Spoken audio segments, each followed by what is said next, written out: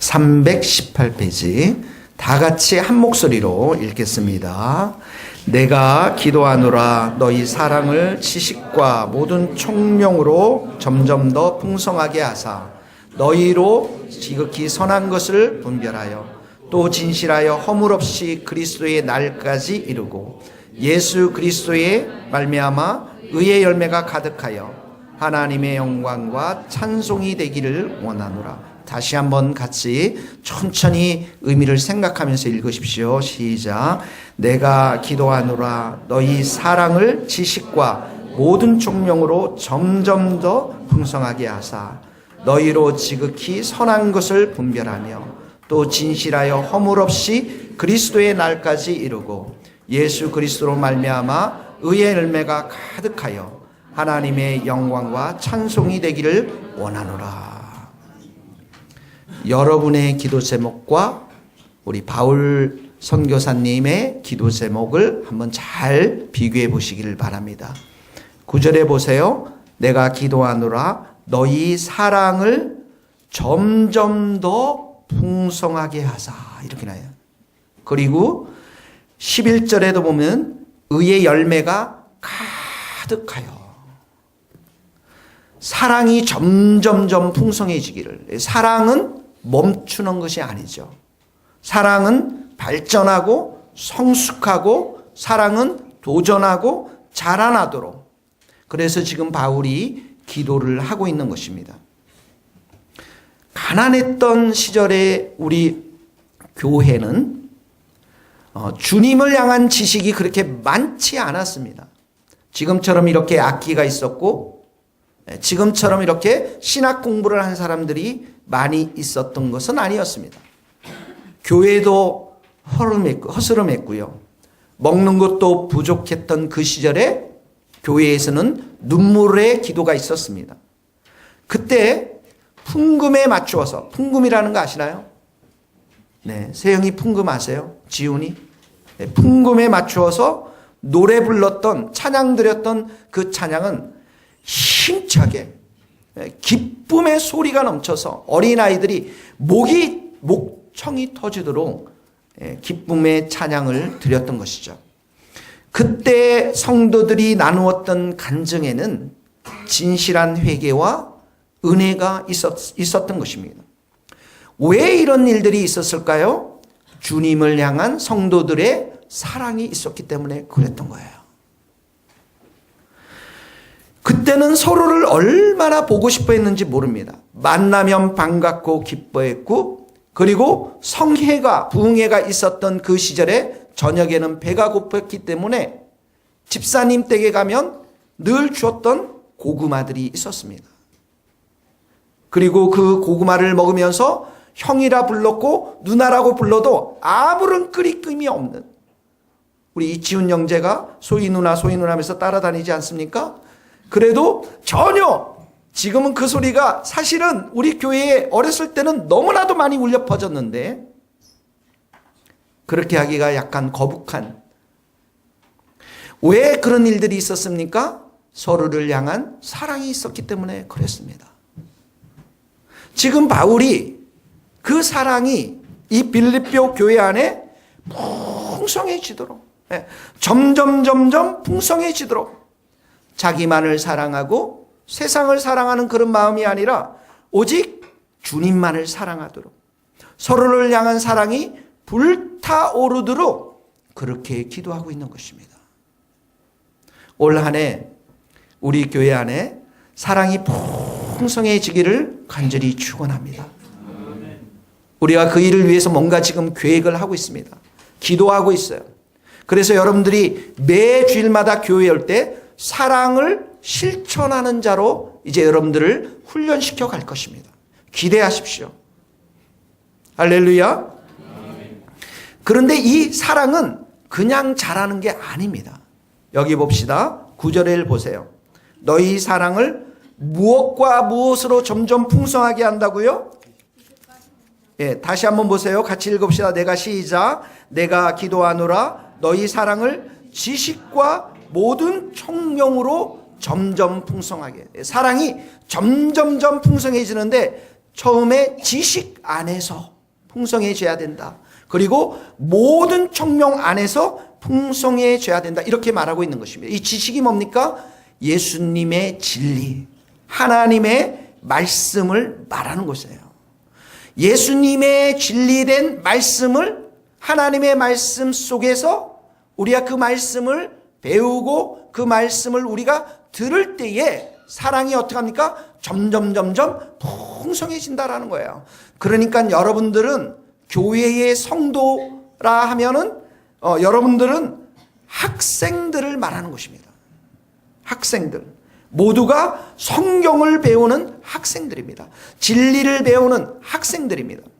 마귀는 여러분들을 어디서부터 공격합니까? 머리로부터 공격합니다. 지금 여러분들 무슨 생각하고 있으세요? 저를 보세요. 눈을 보십시오. 저를 보셔야 돼요. 저를 봐야 여러분 제 눈이 굉장히 맑습니다. 우리 아내하고 채은이가 어제 제 눈을 보면서 엄청 맑다고 그랬습니다. 제가 그런 게 아니에요. 제가 제 눈을 못 보는 게 아니에요. 여러분 예수님의 지식을 듣는 이 자리, 예수님의 말씀을 듣는 그 자리를 마귀는 제일 먼저 공격합니다. 그래서 여러분들을 바쁘게 하고 여러분들을 졸게 하고 여러분들을 잠자게 하고 여러분들을 텔레비 앞으로 끊으면서 말씀의 지식을 차단시킵니다. 그러면 어떻게 합니까? 내 안에 사랑이 자라나지가 않는다라는 것을. 여기 모든 청명이라는 건 뭐냐면 주님의 그 말씀, 이 지식, 예수님의 말씀을 듣고 삶 가운데 적용하는 것을 말하는 것입니다. 말씀을 들으면 성령께서 역사하기 때문에 내 마음이 뜨거워져요. 뜨거워집니다. 여러분들 눈을 보면 그게 보여요. 뜨거워지면서 어떻게 합니까? 내 손과 발이 움직이는 순종의 삶을 살게 되는 것이, 이게 모든 총명이라는 것입니다. 그러니까 사랑이 지식 안에서, 지식이라는 것은 진리를 아는 것, 말씀을 아는 것, 성경이 무엇라고 말하는가, 여기에 초점이 맞춰져 있다면 총명이라는 것은 그 진리를 내 삶 가운데 적용시키는 것을 말하는 거예요. 그러면 어떻게 합니까? 우리의 사랑이 점점점 활활활 불타오른다라는 것입니다. 조나단 에드워드가 이런 말씀을 했어요. 한번 따라해 보실래요?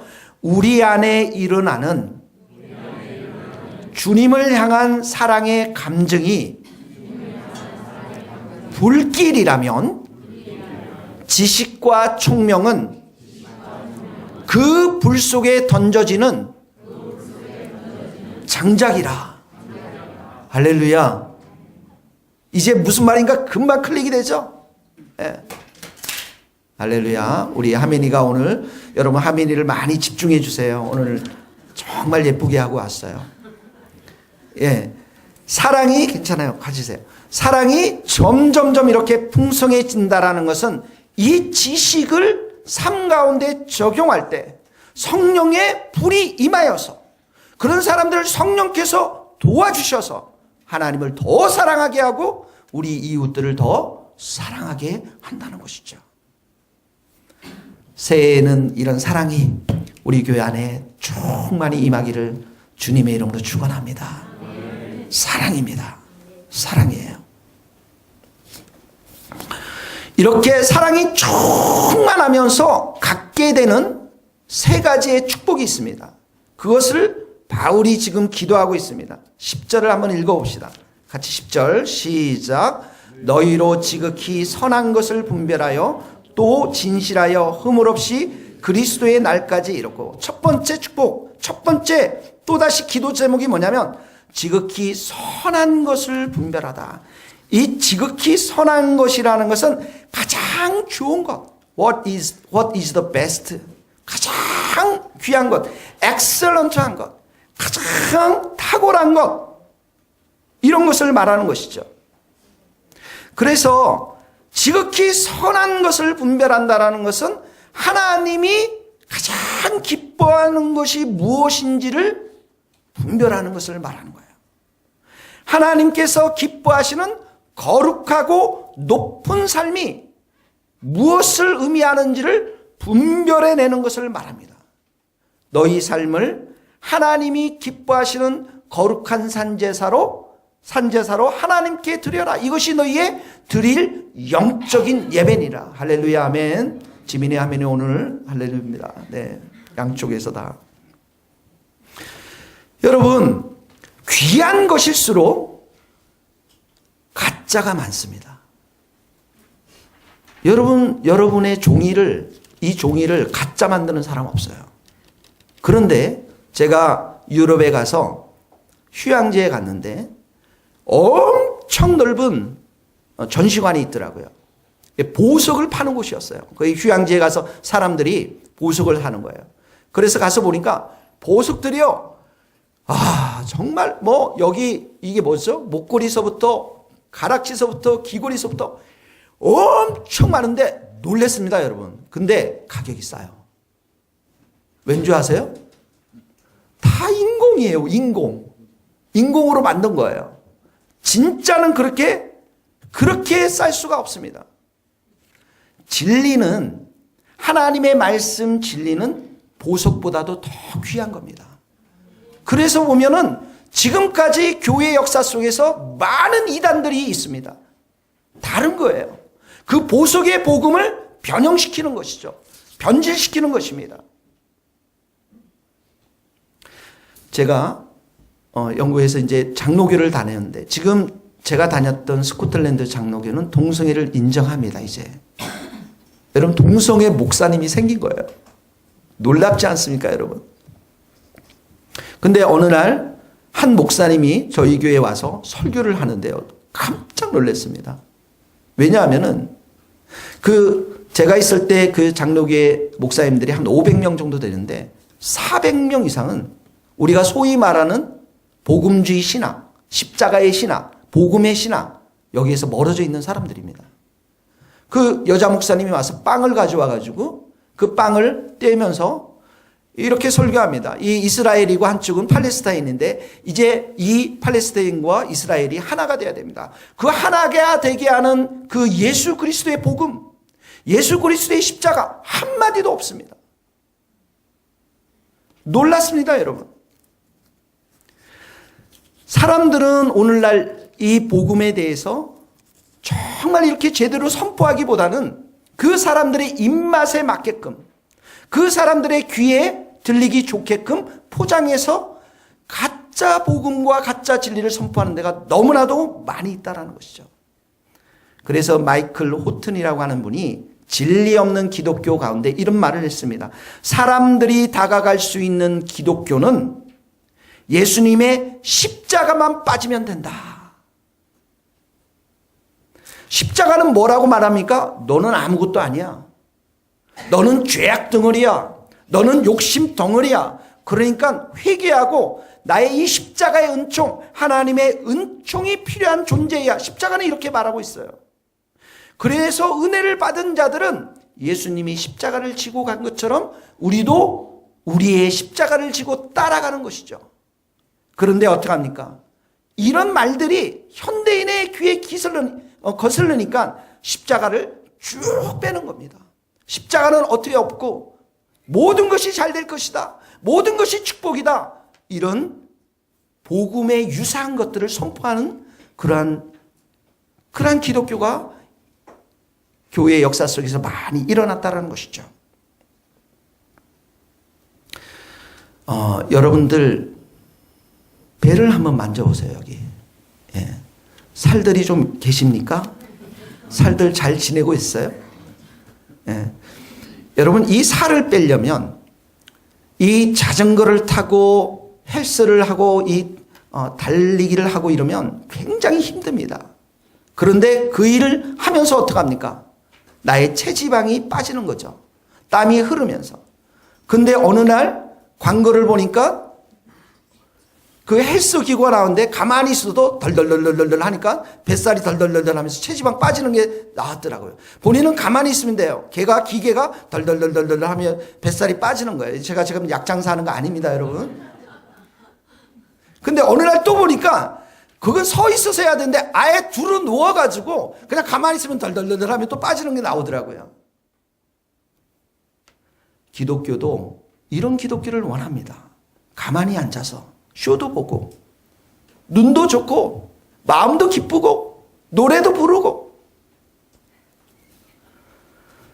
기독교도 이런 기독교를 원하고 있다는 것이죠. 마틴 루터가 수도원 창문 너머로 공동묘지가 있는 곳에서 금욕적인 신앙생활을 하고 있었습니다.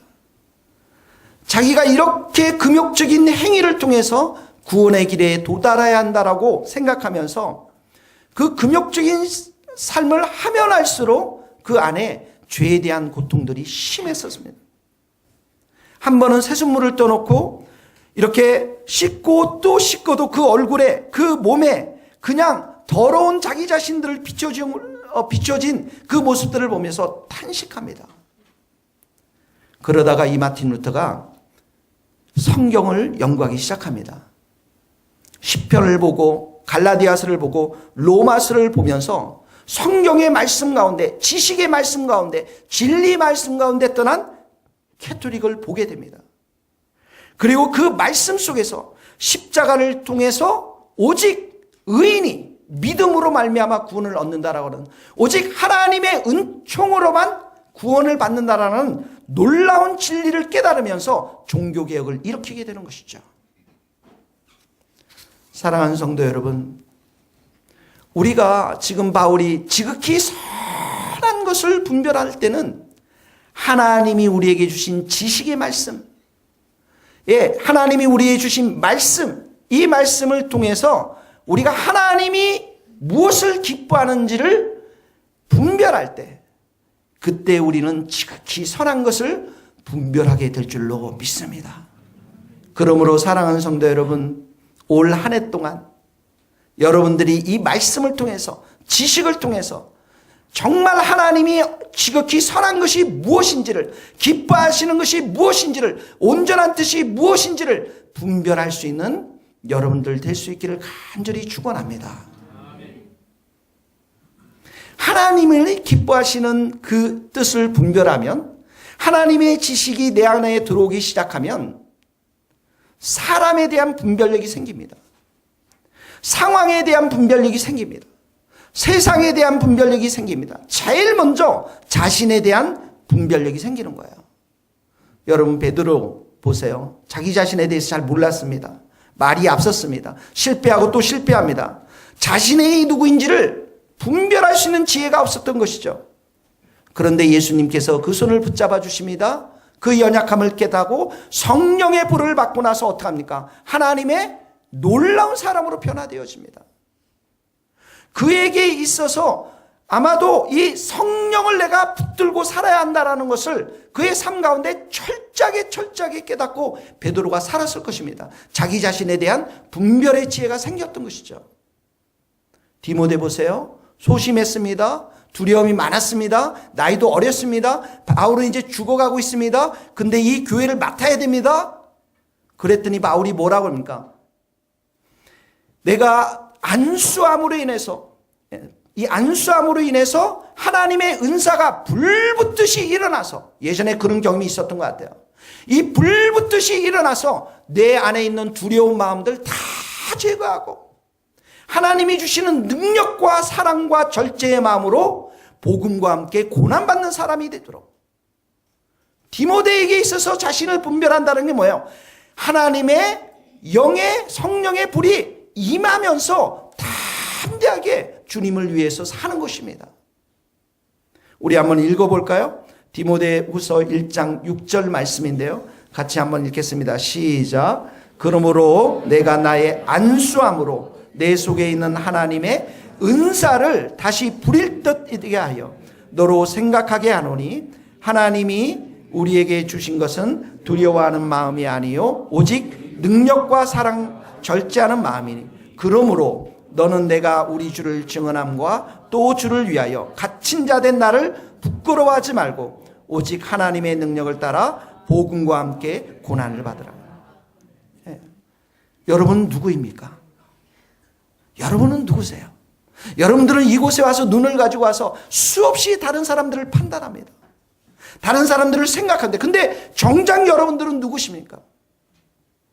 여러분들의 기질은 어떤 사람인지, 여러분들의 성격은 어떤 사람인지, 여러분의 가정의 배경은 어떤 것인지, 자신의 약점이 무엇인지, 자신의 부족함이 무엇인지 경건의 책들과 하나님의 말씀을 통해서 자신에 대한 분별의 지혜를 가져야 됩니다.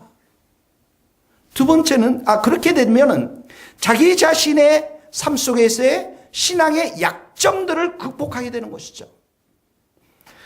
여러분, 하나님의 음성을 듣는다고 하는 사람들이 많습니다, 요즘 보면. 근데 그들의 삶을 보면 삶이 엉망이죠. 신앙 따로 삶 따로 되는 경우가 굉장히 많이 있습니다. 교회에서 온갖 리더십의 감투를 다 쓰고 있지만 사회에 나가서는 온갖 부정과 비리를 저지르면서 돈과 탐욕의 사건에 휘말리고 있는 사람들이 많이 있는 것들을 보게 되어집니다. 신앙의 균형들을 갖고 있지 못하고 있는 것이죠. 교회에서는 내가 주여 주여 외치면서도 집에서는 자녀들을 학대하고 관계 속에서 덕을 세우지 못하고 자기 것만 챙기려는 이기적인 신앙들, 다 균형 잡히지 못한 영적인 삶인 것입니다. 여러분, 요셉을 한번 잘 보세요. 하나님과 늘 동행했죠. 그가 고위 관직의 총무로 일했을 때도 열심히 일해서 인정을 받았습니다. 감옥에 가서도 열심히 일하고 성실하게 일해서 그가 인정을 받았습니다. 그리고 어디까지 갑니까? 국무총리의 자리까지 갑니다. 성실했습니다.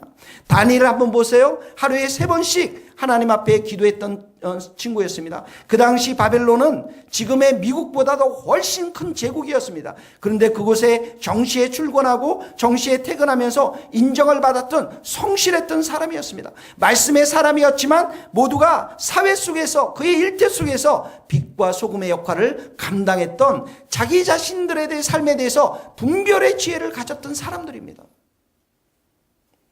이렇게 자기 자신에 대해서 분별의 지혜를 가진 사람들은 두 번째로 사람들을 잘 분별할 수 있는 그런 지혜도 생기는 것입니다. 시편에 여러분, 시편의 1편에 보면 하나님의 말씀을 묵상하는 자가 복 있는 자라고 그러지 않았습니까? 근데 1편에는 뭐라고 말했어요?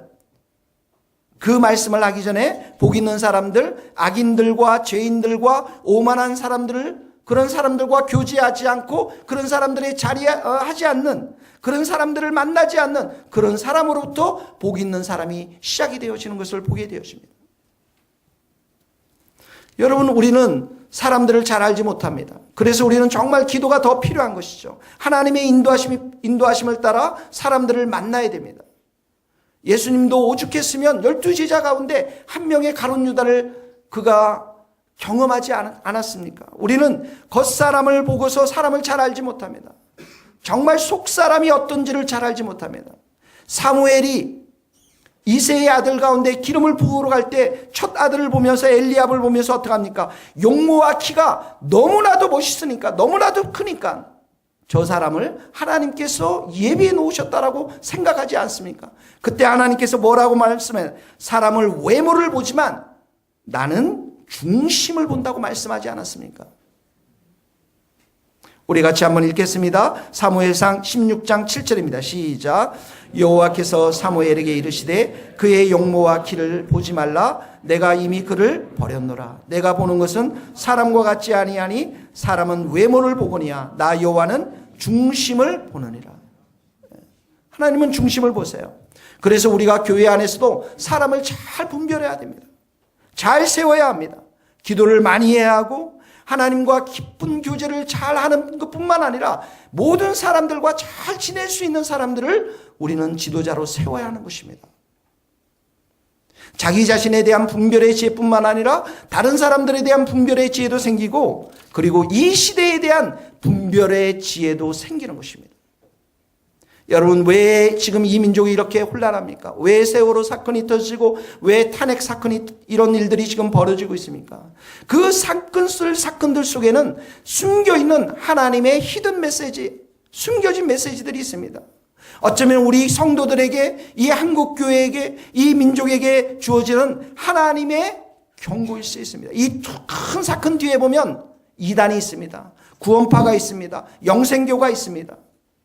돈 있는 사람들, 권력 있는 자들, 부정직한 자들에 대한 경고이고 금과 은은 넘치고 넘치지만 예수 그리스도의 이름과 능력이 사라진 교회에 대한 경고일 수 있습니다.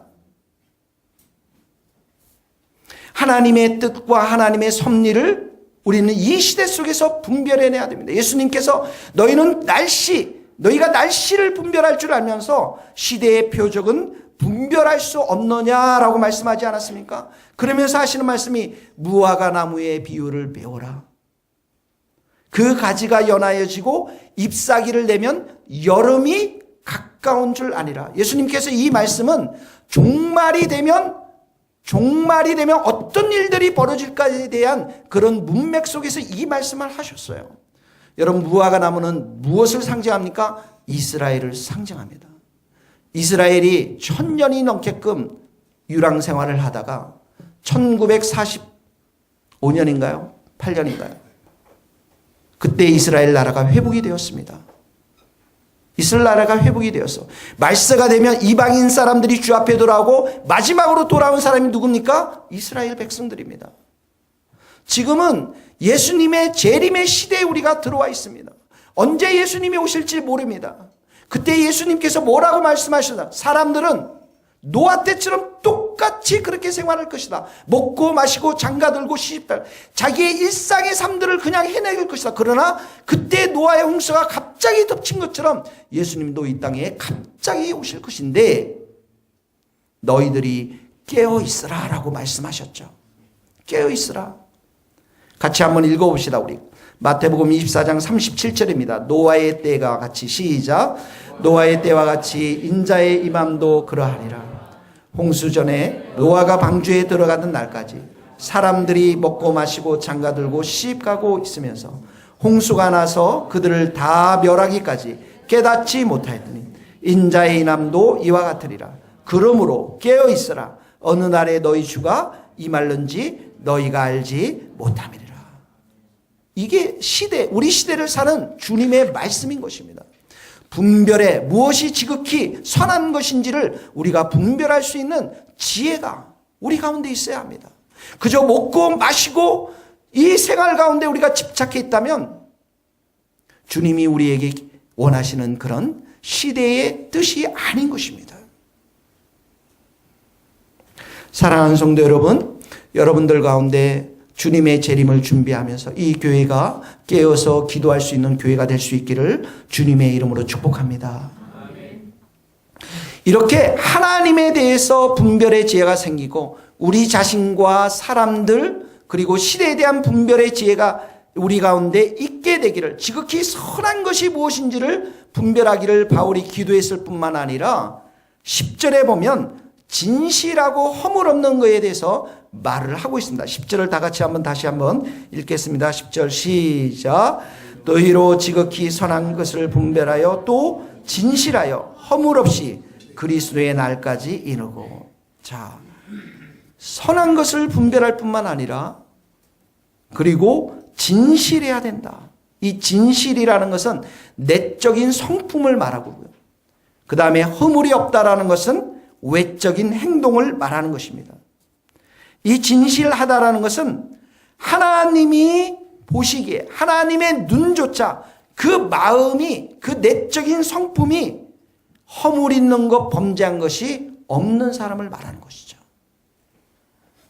예수님께서 나다나엘을 보고 그렇게 말씀했죠. 이는 참으로 이스라엘 사람이라 그 속에 간사함이 없더라. 그 속에 거짓이 없다라는 거예요. 거짓이 없다. 모든 사람들이 거짓말을 행하고 거짓된 행동을 할 때 그 속에 거짓이 없는 사람. 이게 바로 진실한 사람인 것이죠. 여러분, 이제 우리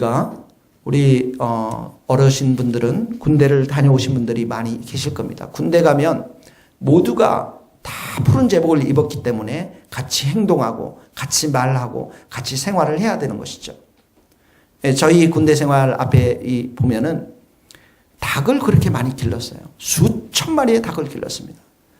우리 군대 사람들은 굉장히 좋아합니다, 그걸. 웃으시는 분들이 그게 무슨 말인 줄 알게요. 우리가 힘든 훈련을 마치고 나면 저녁에 고참들이 반드시 쫄병들에게 시키는 게 있습니다. 뭐겠습니까? 가서 닭을 잡아서 닭죽을 끓여 바치는 겁니다. 할렐루야. 사서 바치는 게 아니고요. 밤에 가서 이렇게 가져오는 거예요. 밤에 가서 그 닭을 한 마리 딱 잡아가지고 주인도 몰래 가져와서 그 잡아서 백숙을 바치는 겁니다. 모든 사람들이 다 그렇게 합니다. 고참들이 시키니까 모든 사람들이 다 그렇게 하는 것이죠. 그런데 그때 그 한 사람이